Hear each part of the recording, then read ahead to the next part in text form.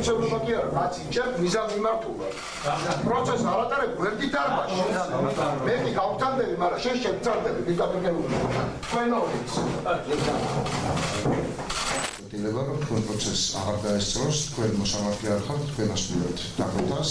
პროკურატურა ეწევა აბსოლუტურად პოლიტიკურ დევნას, რაც არის სისხლის სამართლის დანაშაული, ორივენი ჩადიხართ სისხლის სამართლის დანაშაულს.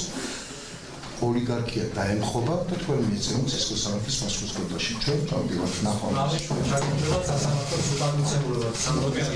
უკაცრავად, ჩემი აზრის გამოხატვა ვერ იქნება უპატივცემლობა.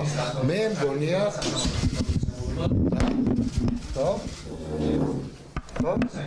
Stop დაგვაჭარებთ რა ხოლმე. სასამართლოს უპატივცემულობა კი არა, რაც იჭერთ მიზან მიმართულად. პროცესს არ ატარებ გვერდით არ ბაში. მე კი გავწანდები, მაგრამ შენ შევწანდები, მიდაპირებული. თქვენ ორიც. ეს ჩემს პროფესიაში პირველი შემთხვევაა. ის ვაცის განმავლობაში სასამართლო დარბაზი დავტოვე. მაგრამ ეს იყო ზურას გადაწყვეტილება და მე პატივცემ მას როგორც გადაწყვეტილების მიღებს და თქმა უნდა მის მხარეს ვარ და ვეთანხმები ამ გადაწყვეტილებაში.